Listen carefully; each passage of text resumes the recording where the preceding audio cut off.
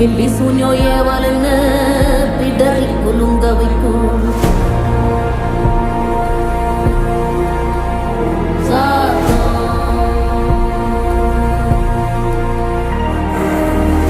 அமாவாசைக்கும் இருட்டு ஆறும் இல்ல நடுநிசி கருப்பு கடுவம் பூன கண்ணும் மின்ன ஓடி வரும். சாம்பிராணி வாசனையில் ஜல்லு ஜல்லு ஓசை வரும்.